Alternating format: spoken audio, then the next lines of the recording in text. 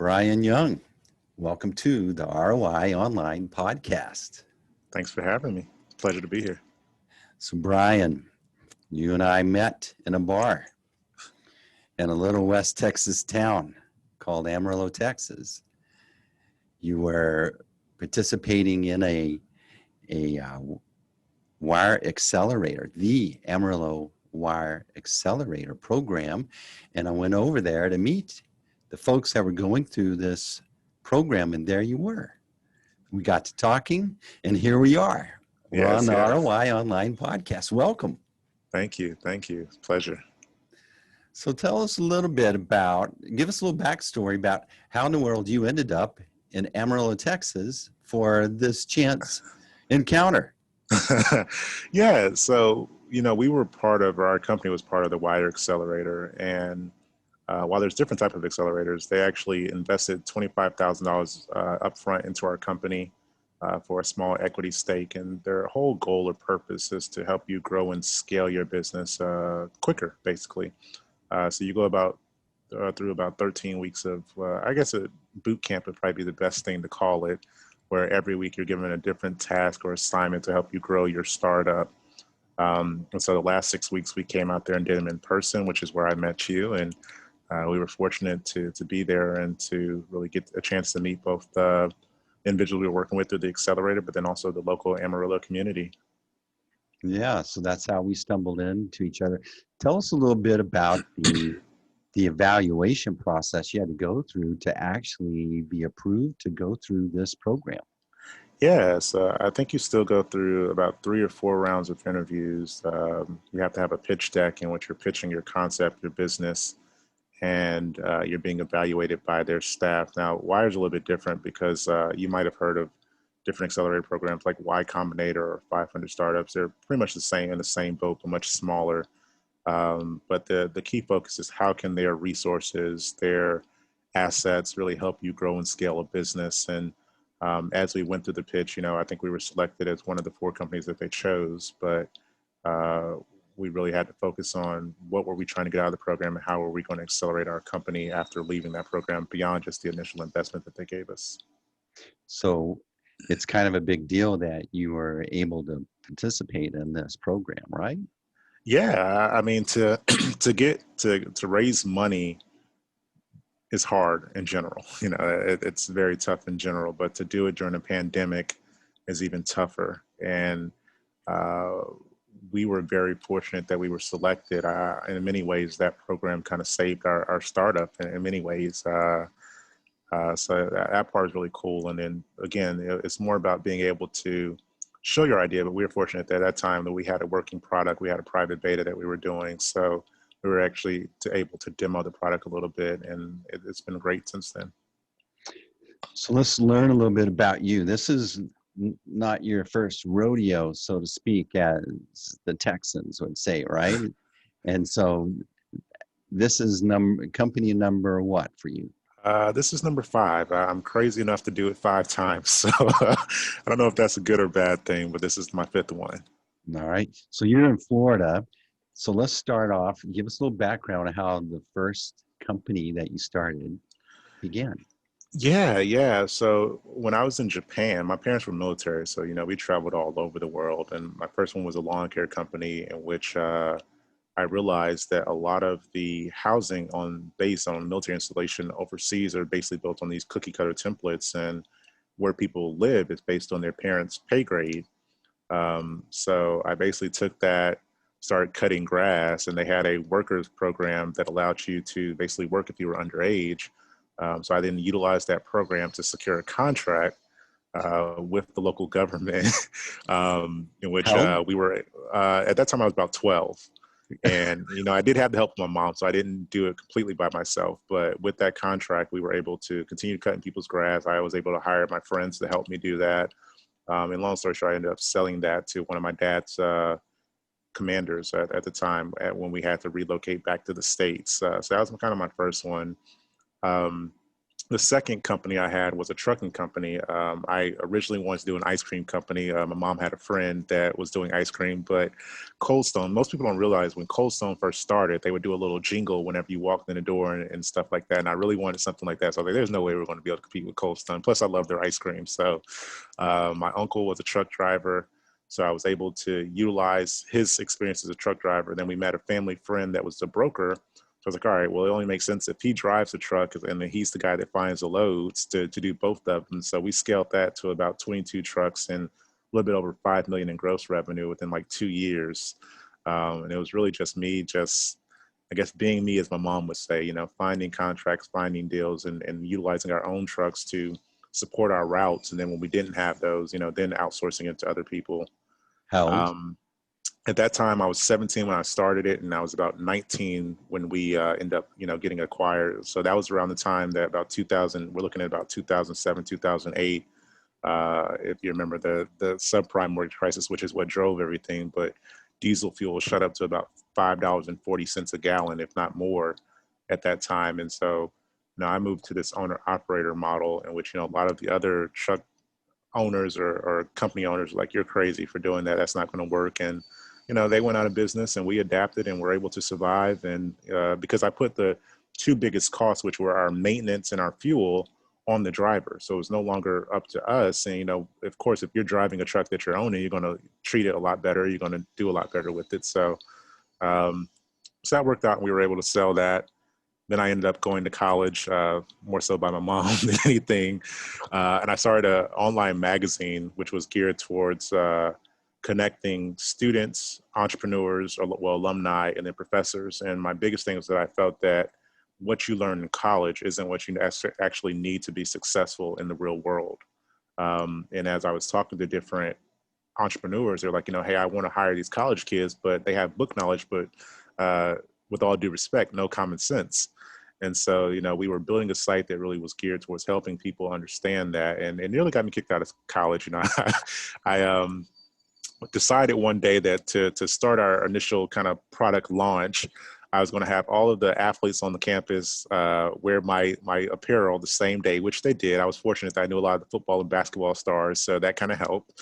And then I went around campus and put a sign that said, "I can see your business." And it had a man looking down with his mouth wide open in all the men's bathroom stalls across the campus. So me and a buddy got up at probably about 5, 6 in the morning before everyone. First class was around like 7 or 8. We went around every men's bathroom stall in the campus until we basically ran out of flyers. Needless to say that while the campaign was a huge hit, Yeah. I was in the chancellor's office before lunchtime.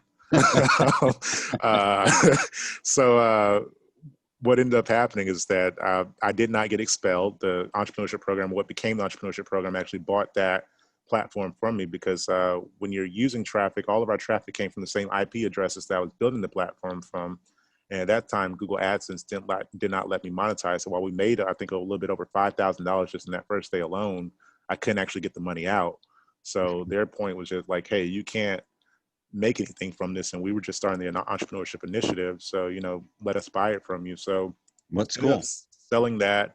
But from that campaign, of course, a lot of the alumni heard about it. They wanted to hire me for the marketing aspect. And instead of going to work for one, I decided that I was just going to consult for all of them. So that's how I started my digital agency. And I ran my digital agency from about 2000. We're probably talking about like 2007, 2008, around the same time I was selling my last, the trucking company. And I did that until probably about 2013. Yeah. So Yeah. had a So pretty decent run. what school was this? North Carolina State University. So Mm, NC State Wolfpack in Raleigh, Durham, or Raleigh, North Carolina. yeah. So digital agency. So I'm not seeing a common theme is like I am actually, but you're doing a very diversified portfolio of businesses here. Yeah, I guess you could say I'm an equal opportunist. uh, no, when I got to college, so I got into digital. I met a guy my freshman year whose name was Bobby Pham. He was like, I know some guys that are doing affiliate marketing, and you have a great work ethic, but with your trucking company, it's very heavily. It's not really a cash-based business. You really can't do a lot in trucking with. I mean, well, if you have cash, you can, but it's not really a cash-based business. So he was like, if you come and you're working around the clock. That's the thing about trucks, is that they don't stop. Hmm. That's probably one of the few industries that's not ever really impacted other than fuel prices. Um, Feels like, you're a really hard worker. You'll be much better suited to do digital marketing stuff, and I'll teach you. And so it was like, okay, I'll learn. And so I got around these guys. And when I first met James, I think James was maybe 24, 25. But the guy had, a Maserati. He had a high-rise condo in Raleigh, a high-rise condo in New York. And it's just like, oh, well, what do you do? I want to learn how to do that. Yeah. And so, and I realized that they were basically very data-driven, what we call data-driven marketing now. They were already doing that back in 2005. And basically their whole concept was that, with affiliate marketing, I spend $1 to try to make 5 or 10 back. And, Hmm. so these guys were probably putting out, $100,000 a month, but making back, anywhere from $400,000 to $500,000 a month in revenue. Wow. And that's when, if you remember back in the day where it was like, give me your email for a free cruise or stuff like that. Mhm. Those were the guys that were running those campaigns. So, so I just thought that was really, really cool. And I thought that if you could take that same concept and translate it into business, it could be really successful. And ended up being successful. Our first year, we did a little bit over 6 figures in revenue. And then by my junior year, we were doing, national, international clients, and ended up dropping out of school early to focus completely on the business, relatively speaking. So actually, the trend that's appearing is that actually you're a businessman. You have a natural inclination to understand business. Tell me Yeah. about one situation that really made that stick home with you. That you had everything we're hearing right now is success, success, success. But I would imagine there were some places that you stumbled that really made you sober and made you the kind of person that you are to really shift down and get really good at something. Yeah. I definitely think my grandmother impacted that, but I think so many people are afraid of failure. Um, and we talk about the successes that I have, but I think it's because I'm okay with failure. I'm okay with being comfortable failing, because I feel like that's when you really learn. I've never learned anything from being successful, or any success that I've had, but I've learned a lot from failure. And I think when it comes to failure, you have to be able to fail quickly. And that's not to say that, I've had these 4 companies and they've all just been great. I've had 4 companies prior to this that have all learned to pivot and change as the economy, as uh, business. So I think for any person that wants to have success, you really have to be okay with saying that, this is what I wanted initially. But however, for me to continue to monetize, make this grow, to be successful, I have to be willing to change and to adopt. I think the trucking company was the biggest example of that. There were a lot of people that were stuck in their ways. Oh, well, we don't do owner operators. These are my trucks. They drive for me. But yet, a lot of those same companies went out of business. Whereas, our company stayed in business because we were willing to share the success and the failure with our drivers. And that really made them kind of dig in and want to do more with the company.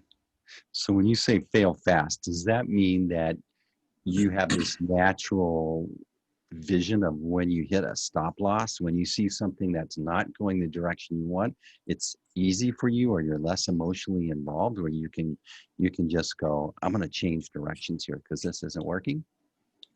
Um, yeah, I think you have to be, I mean, it's your baby. Business is very much like a child for most people. And the original vision that you have is really what you want to work. I think for me, while I have this original vision, I'm not against changing that or adopting that to benefit the company. And so many people are against that. It's really getting outside your comfort zone, or accepting constructive criticism that most people really just don't do well. And so for us, I'm always seeking that hard conversation. I don't want to I'd rather talk to 10 people that hate my product than 20 people that love it, because the 10 people that hate it are going to tell me things that I need to know to improve this product to make it better for everyone. So Whereas, go ahead. where does that courage come from? I mean, that's a certain amount of self-confidence that lets you go listen to someone really hate on your product, or where do you get that? Some people are very sensitive. I think it's thick skin. I think you have to look at it from perspective of, while it isn't what I want to hear, it is what's going to make me better. And I really think just how I was raised, being a military brat, growing up, heavily involved in sports. I think those things kind of influence that thought process. But I think at the end of the day, if you truly want to be successful, those are the things, those are the type of conversations that you're going to have to listen to and really dig in and understand. And to your point, a lot of people are really sensitive about that. To hear someone doesn't like what I'm doing or doesn't like me is really tough for a lot of people. But I don't think you find success without that, or not say you listen to everything, but I think you have to be able to compartmentalize certain feedback and say, this is useful, this isn't, and be able to quickly dissect those. And I think that just comes from understanding who you are, what your goal is, and really finding, most people start companies and they want it to be, oh, I want $100 million, or I want, this amount of, they usually think about the money first. But, for a business to truly grow and scale and be successful, you have to have a set of core values, morals that regardless of what else happens outside this is what I'm here for. This is what I'm trying to achieve. I know who I am and what I want, and stick to those regardless of kind of what happens outside of that. Because if you lose that, you're going to lose your company and yourself in the process. So tell me what yours are. Mines are. Mines are definitely rooted in helping people. I think, when I came to this company, or when I started this company, it was really geared towards helping people understand a lot of the stuff that I'm doing now as far as, financially, to achieve financial success at such a young age. You get asked that question, well, how did you do it? How do you do that? Mm-hmm. So I definitely think it's doing right by people, putting people before money. And that's not to say that you can't make money, but you have to have that understanding that, if it comes, like with this company, if it comes between making $10 million or helping 10 million people, I'm willing to help 10 million people first, which is usually against all business principles that you learn. However, most people don't realize that if you help 10 million people do something like achieve home ownership, which they thought was never possible, those 2 million people are going to become 10 million people within your sales force that are now going to go out and get you 10 million more people. And that's just a very hypothetical example, but you have to look at it from that perspective to really, and again, that's rooted in helping people, not necessarily just focusing on money or revenue, which is hard when you're trying to raise investment capital. I love that. Do you think your marketing, you obviously have a stack of skills or a talent stack, right? Where does marketing rank on there? Marketing is definitely on top. You can be, I prefer not to be the smartest person in the room, but you could technically be the smartest person in the room. Or I've come across, especially when you're dealing with data science and machine learning, I meet a lot of smart people all the time. And my co-founder talks about this all the time, is that my skill set is being able to sell myself and a vision. And what I mean by that is that what we're doing is a very complex topic. Home ownership is very complex, but yet marketing is really a talent of being able to take a very complex solution that you're creating, something that you feel is different from what anyone else in the world is offering, and being able to explain it in a very simple manner that a person that has no technical background, no knowledge of your industry, can not only understand what you're saying, but can get value from that too. And that's really where marketing comes in, both from, so you're always selling yourself, you're always selling your product, whether you know it or not, with every interaction. Even when we first met, that's still selling myself, so marketing is definitely my best skill, my top skill, and something that I'm always working on. Did you get that from your mother or your dad? uh, Probably both, man. When I was younger, they were a lot more strict and tough. I remember I wanted to get my ears pierced one time, and I had to write a one-page paper on why I should get my ears pierced. And in the time, for most teenagers that are rebelling, it's just like, I don't get why my parents are so strict. Why they make me do these things. But now that I'm older, I definitely think that both of them influenced me in different ways that have helped me understand that. And now that you reflect back, it was like, well, it wasn't that bad. Being able to sell why I should get earrings also makes it a lot easier for me to sell why you should buy my product or my service. So I love that. All right. So now your digital agency, you sell it or you exit in some way. yes. So we were fortunate that we did campaigned for both political parties. Like we worked with Republicans and Democrats, but we You're were working fortunate both that sides against each. or you know, it's funny. We used to say, and again, this is why I talk about you have to have moral principles, because at that time, you know, I was much younger. I was probably only in my early 20s, and our joke that we would make is that, you know, red or blue, all we see is green. You know, and that was kind of the joke that we would tell about to justify working with both parties. But then it came to a point where, you know, you have to, again, stand for something or fall for anything. And we were fortunate that, you know, we did some political work, and I ran the digital strategy for Obama in 2012, which was a big thing because more so because the companies we beat out were these large incumbent shops, and we were more focused on the data-driven approach again. So we did the stuff for the DNC. And that was kind of the one that put us on the map in terms of, you know, getting acquisition offers and stuff. And it took about a year before we were actually acquired, but that's really the one that kind of put us over. And outside of that, it was just more, we were these young kids that were doing cool work, I guess, if you will. Did you ever get to meet Obama? So that's the funny part, is that, you know, we were promised that we would. And when I went to the convention, we actually ended up working the whole time. So I missed the dinner. I missed the speech because I was actually behind the scene. So at that time in 2012, we were doing a lot of location-based stuff. They called it one of the most open and interactive convention experiences ever at that time, because we were doing a lot of localized stuff. We created an app that translated the programs into Spanish. We did a lot. And 2-3 days before his actual speech, our servers crashed, and we were working with AT&T at the time, and we had to go back and basically make sure everything was working. So long story short, we made it too interactive, and it crashed everything. And so I was behind the scenes trying to put out all the fires. And so my entire team did not get the chance to see him speak or meet him in person, which was really unfortunate. But, you know, I'm not really that big into politics anyway. So I was only there because they paid me. So So in that crash episode, what was the big thing you learned from that? What was it like, a big enlightenment that came from that overdue on the interactive stuff? you know, as a leader, you are the energy, you are the voice, you are the beacon that everyone follows. And when things aren't going right, if you panic, everyone else is going to panic.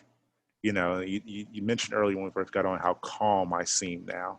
Mm-hmm. I often equate to be a duck. I tell most young entrepreneurs or entrepreneurs I talk to, be a duck, which is on top of the water, you seem calm, cool, collected, like nothing's wrong.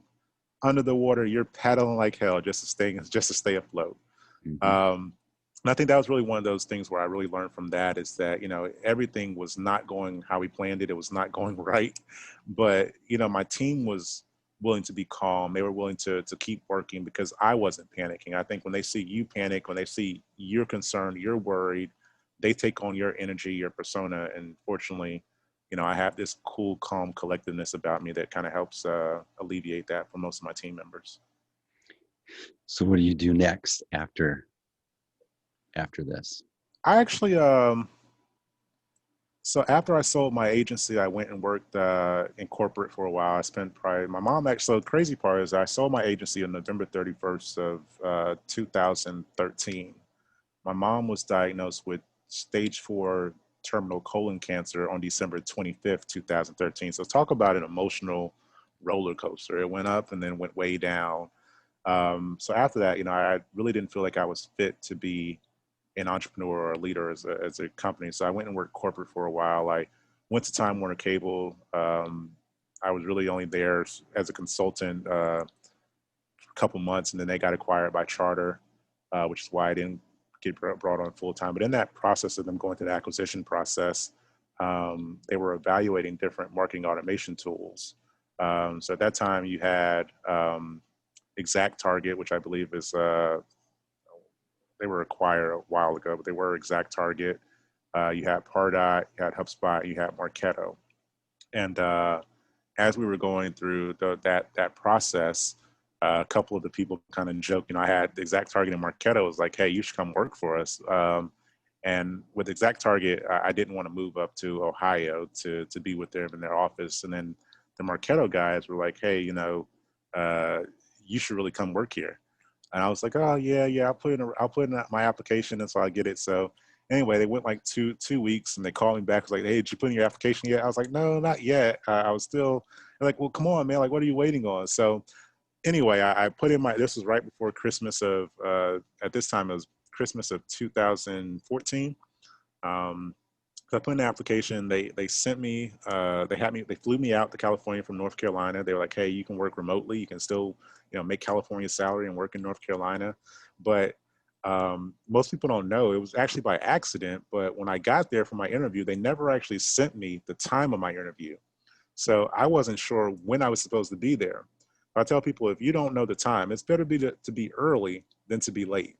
So I got up at like 8:30 that morning. Actually, I got up at 5:30 their time the first time. Got to the office, nobody was there, and I didn't realize that I was on California time, not North Carolina. So my clock never actually reset. But I'm wondering, like, why is it so dark? Why are there no cars in the office?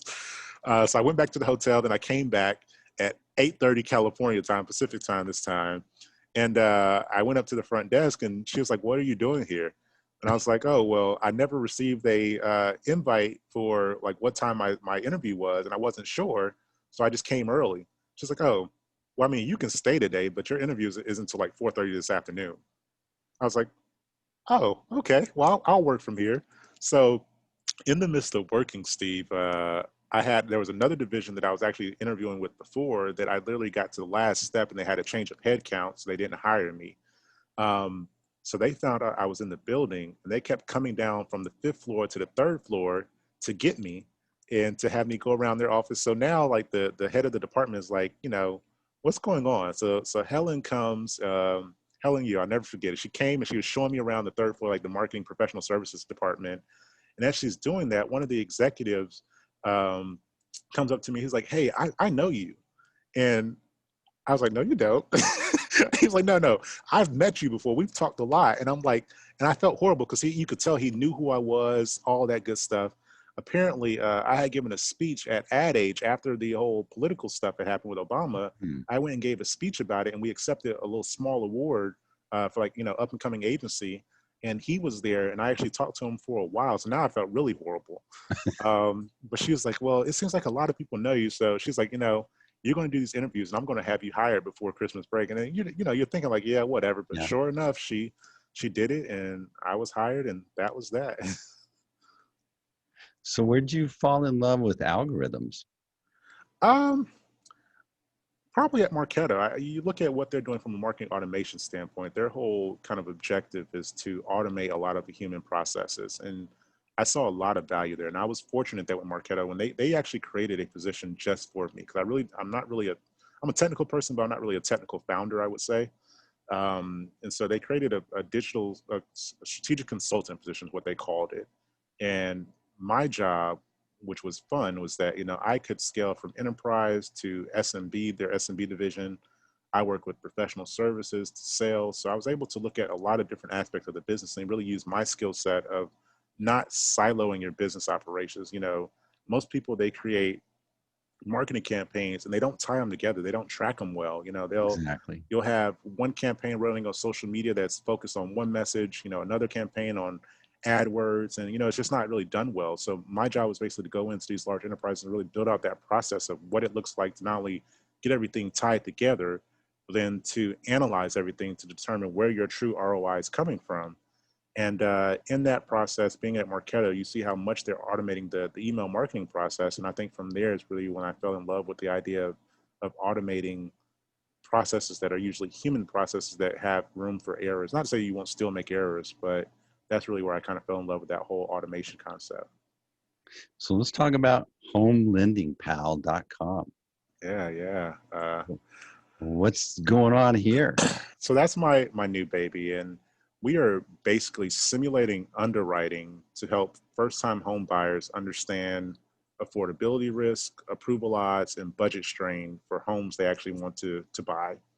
Um, as we're getting you more purchase ready, if you're ready to go through the process, we then streamline it by utilizing artificial intelligence to make it simpler for you to understand. So we're really taking a process that usually takes more than 60 days and cutting it down to about 14.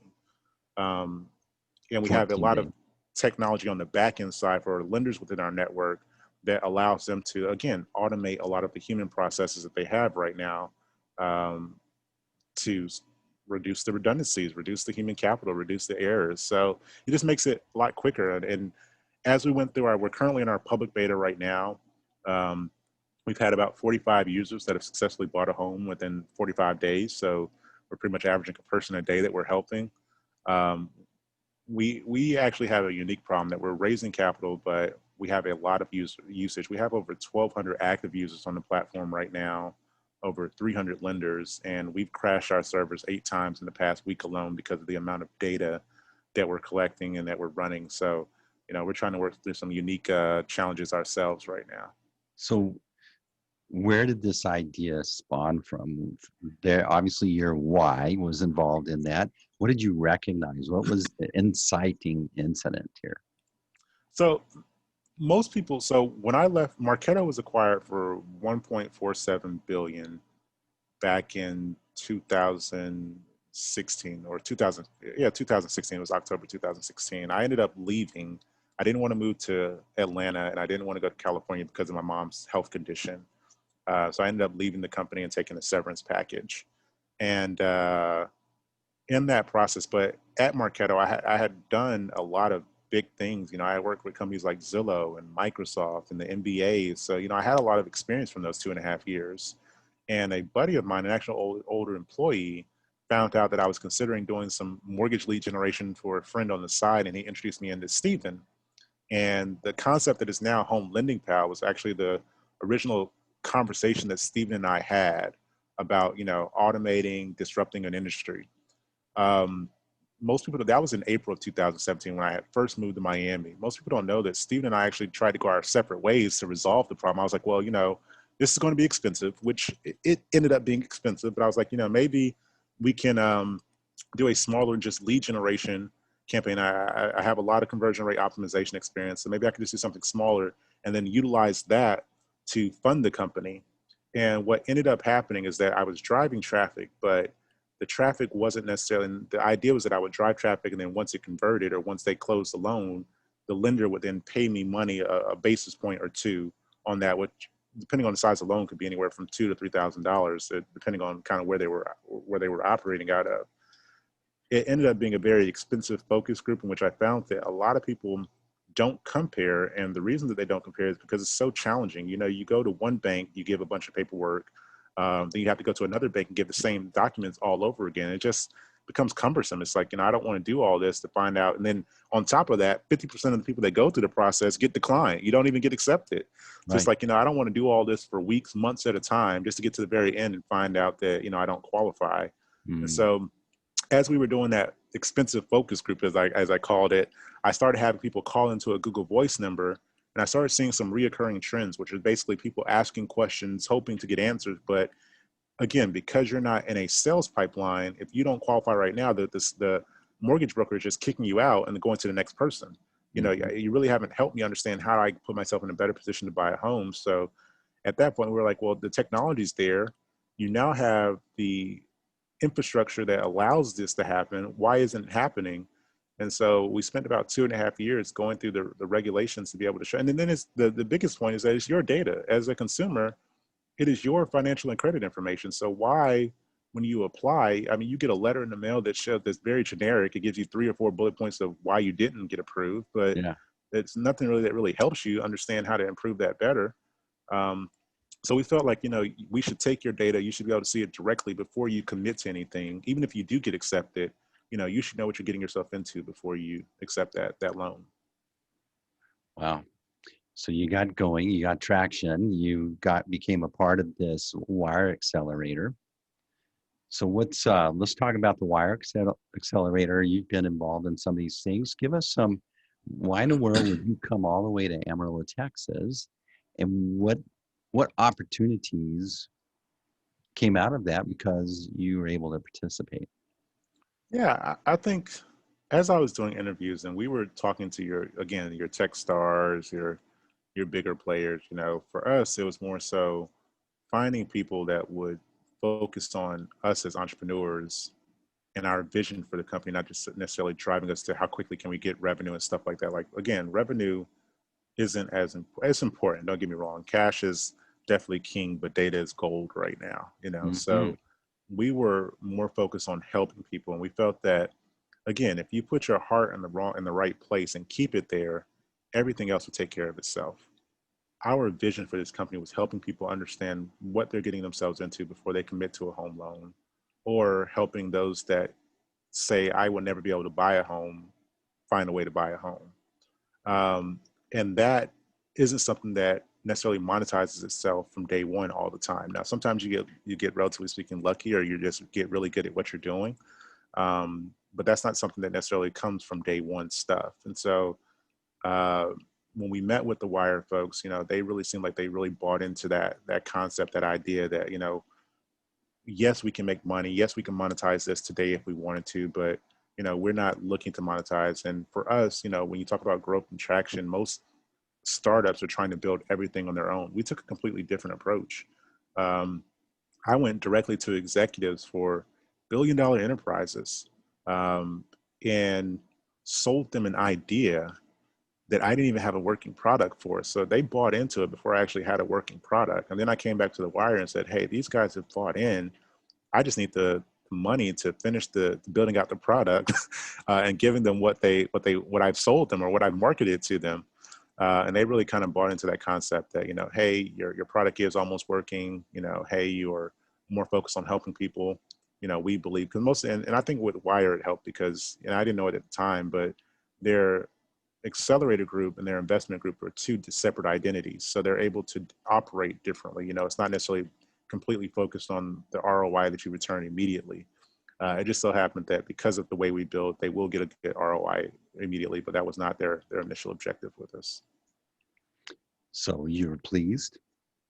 I am pleased. I mean, we came to Amarillo. I was there in person for 6 weeks, and to come out with, you know, 4 or 5 different banks in the local area that are willing to pilot our product. And of course, that's still, we still had to go in and sell it. It wasn't like they just gave it to us because we were part of the program. You know, we had to go market it and sell it. But to come out with that, to come out with the connection to Paul Engler, whether he does anything or not, you know, hopefully he does. But I think, and then to meet all of the fine folks that we met there while we were there in person has really been, you know, good for us. And I think overall I was pleased. You know, there's some things that, you know, I've openly talked about to their investment group and to their team as well about, you know, things I think could be done better. But for it to be their second year, I think it returned a high ROI for us potentially. So what's next for you? What's next for us? Hopefully we'll close, well, not hopefully, we will close our seed round raise. We're currently raising 750,000. So we've closed about 150 of that. We have another 650 to soft circle, which basically means that investors have verbally committed to giving us money. Um, our product is in a public beta, so you can go to our website, register for it, create an account, and use it. But we're rapidly currently looking to expand the features that we've already kind of beta tested and that we know that people want. And then most importantly, we just closed a partnership with a group that's behind Realtor.com, and we are bringing on 330 banks from across the country. So the biggest priority for us next is to put in a process that allows us to bring those banks on in a very streamlined, easy manner. Um, right before I got on this call, IBM, we're partnered with IBM, which actually helps as well. They just reached out and said that, hey, now that your blockchain portion of your portal is working, we want to bring banks on and help assist in bringing banks on. So, so I have to figure out a way to, you know, close this investment before we get revenue, even though we have revenue opportunities already. Stabilize our database, because again, we're crashing right now with the usage that we have right now, and still make these banks happy and give them a good experience as we bring the on board them and continue to grow our platform. So a lot of irons in the fire for me right now, me and my partners. So is the refinancing, is your website a good place to go if you want to refinance an existing home? Um, it's on our roadmap. I mean, technically you could use it, but that's not really, we don't promote it as much right now. Mhm. It's been really good for those that are looking to buy new homes. We've even had people that have actually spoken to mortgage brokers. So we did a beta test with IBM back in late May, early June. And about out of 300 people, about 83% of those people were like, hey, we love this platform. If it was, you know, completely live and functional, we would definitely use this. So it naturally makes sense that, moving to refinances, our overall goal is that when you look at the amount of data that we're collecting, that we'll be able to use that financial profile to then make recommendations on if it makes sense for you to take a refinance, or if it makes sense for you to take a personal credit card, a personal loan, because we have all that information. And again, we're not tied to one bank. We don't make any more or less money based on the amount of the loan that you have. So it makes it easier for us to make recommendations that are in your best interest as a consumer. So I think that's really what's going to drive where we go next, is what consumers are looking for and what they feel they need from our system. I read that book about Elon Musk, and there's this part in his story where he establishes PayPal basically, and Hmm. he revolutionized online banking. He made that become a part of a conversation that the banks were resisting or not really going through. So he started to revolutionize how you pay safely online. Yep. What aspect of your platform is disrupting an existing process? Uh, Definitely our artificial intelligence, and more importantly, blockchain. We're using AI to basically be conversational, which removes the necessity to interact with the human as you look to buy a home. And we're coining this the new contactless way to buy a home. So our idea is that you could literally go from research to application to close within our system without ever actually talking to a human. Um, and we're doing that with artificial intelligence, but then on the back end, we're also incorporating blockchain. And most people, when they think of blockchain, they think of cryptocurrencies, but we're utilizing it for document management. So now, when you look at contracts, titles, you're able to be more transparent for the consumer as to who has access to my data and what they're doing with it. But more importantly, the consumer controls their data now. So now it's like, if I don't want you to send my package to, 4 or 5 different underwriters, you can't do that because I didn't give you permission to, because they don't have the access key. So that's really our disruptive part that we're working on now, that we're getting buy-in. We have a couple different banks that are really excited about that, but like you said, it's a process. You have to really show traction, show value, and then keep building from that, if you will. So it's here we have these credit bureaus, the three main ones that have our data, and we don't learn until 6, 9 months later that our information's been hacked, and who knows what's happened to it. Is there a solution for that in your platform? It's coming. I think it's a process. We're fortunate that, you have these young startup guys, relatively speaking young. I'm 34 now, but I'm still the youngest guy on my executive team. So hopefully they hear that part and they'll get upset about it. But I think it all starts with a conversation. And we've been fortunate that, call it craziness, call it fearlessness, call it vision. I would like to call it vision, but whatever it is for those, we've introduced ourselves into rooms where now we already have Equifax on board. We're meeting with Experian for the second time this week, actually. Then hopefully from there, we'll go to TransUnion. You really can't be afraid to talk about what you're doing. I think so many people, when it comes to marketing and sales, they forget who they're talking to. And what I mean by that is that I go into a marketing or a sales campaign, I'm literally trying to sell you the values that I want you to have, but I'm never really thinking about what you want from this product. So what we've been able to do with these large enterprises, and you might say, well, why is a small startup getting so much, not only help, or advocacy is probably the best term, from these larger organizations, is because I'm not just coming to you with the problem. I'm identifying multiple problems that you have, and then I'm providing a solution for that problem. But the solution isn't based on the value add that I see just to my business. I'm positioning this marketing, this solution, as how it values or creates value for your organization. So let's just look at credit card companies, or the credit bureaus, for example. Most credit bureaus only look at historical credit information. um, there's no forward-looking metrics that they're utilizing, which even now, especially after this crisis, is going to be a huge headache, because pretty much everyone, well, I won't say everyone, but a lot of people 44 million people were impacted. So there's going to be 44 million people that are going to have horrible credit. But when the economy bounces back, you're going to have this 5, 6, hopefully it's only 5 or 6, and we really don't know how long, but we're going to have this period of COVID that is going to be horrible in terms of missed payments, everything else. Does that mean those people aren't qualified to buy homes or cars or anything like that? No, because you have to do something that will allow them to rejuvenate the economy again.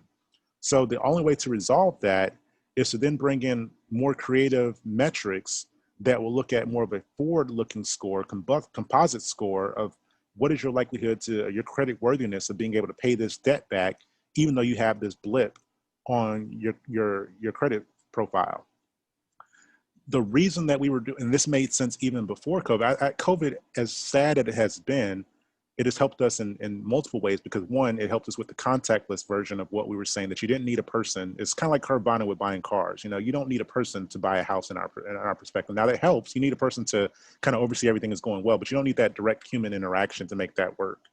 The second part of it is that you're seeing a millennial demographic that represents 39% of the buyer's market.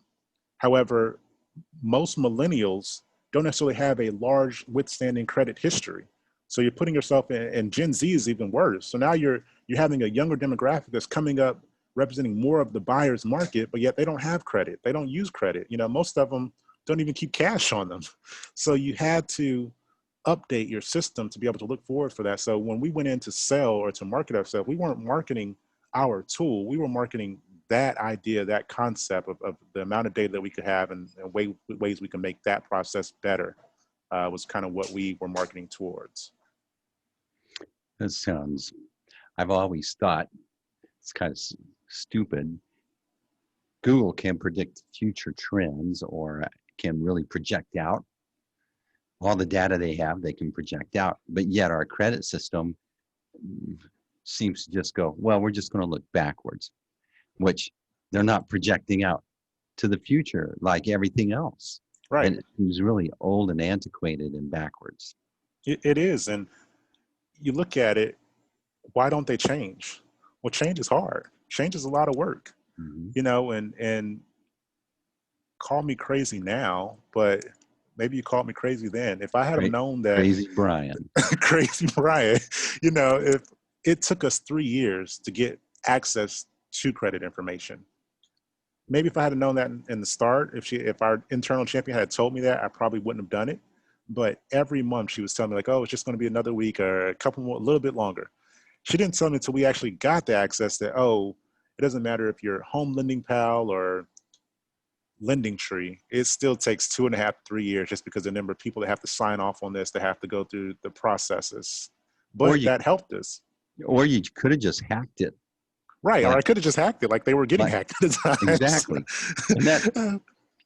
And so it's just like, you know, but now that it's done, there's two parts. So first you have to get the credit unions to buy in that, hey, we can be better, which they know. But then you have to get the banks to buy in that, hey, this is a valuable score that we can use. You know, we can utilize this information to assist in our decision-making efforts.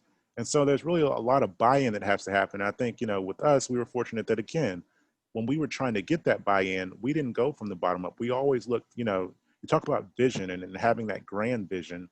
We sell the big vision. You know, a lot of people will say, oh, let's take smaller steps, you know, instead of trying to hit the home run, hit your first base and second base. I don't disagree with that. I think once you sell the big vision, hit the home run, go for the home run, because you don't know when you're going to come up to bat again. Hit for the home run, and if you get it, you're going to get another at bat. And at that other at bat, then you can play the money ball approach where you're just trying to get the first base, second base, third base. But on that very first meeting, you got to try to hit for the home run. So this has been an excellent conversation, and you're an amazing guest. I've really got a lot out of this conversation. So Bryan, what's one question that you wished I would have asked that you would have loved to answer that I didn't ask? Oh man, you asked a lot of good questions. How do I get started? I think a lot of people ask me that question. How do I get started? How did you get started? just do it. Just do something. Hmm. So many people want everything to be perfect. Just Yeah. ask a question, find someone that's done it before. Create a pitch deck. There's plenty of stuff online that you can use, but if you don't know what to do something, and then go to smarter people, say, here's what I have, can you help me make it better? I think I meet so many people that want help, but when they come to me, they haven't shown me that they've done anything for themselves. Mm. You're likely to get a lot more assistance if you say, here's what I have, what do you think? Because now people are, and then again, that goes back to our conversation earlier. You have to be willing to accept constructive criticism. They're going to give you tough feedback, but at the same time, utilize that to make it better, and then keep doing that over and over. And eventually you'll have a good product and a good business, and hopefully a successful business. So Bryan, someone who's listening, maybe they want to be a part of your seed funding or participate in some way. How do they connect with you? Yeah. You can go to my direct email is byoung@homelendingpal.com. You can also go to our website. It is active, homelendingpal.com. You can create an account. If you click sign up free, it takes you through the entire process.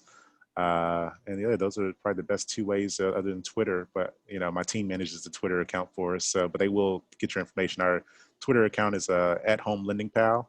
And if you send a direct message, it will get to me eventually. Awesome.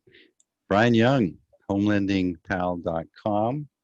Um, Excellent conversation. He's got a heart for people, a heart for folks that are maybe wanting a little mentoring in some capacity. Um, I'm proud to have you on my podcast. Thanks, Steve. This was awesome. Thanks for the honor, and thanks for inviting me. It was a blast. All right. That's a wrap.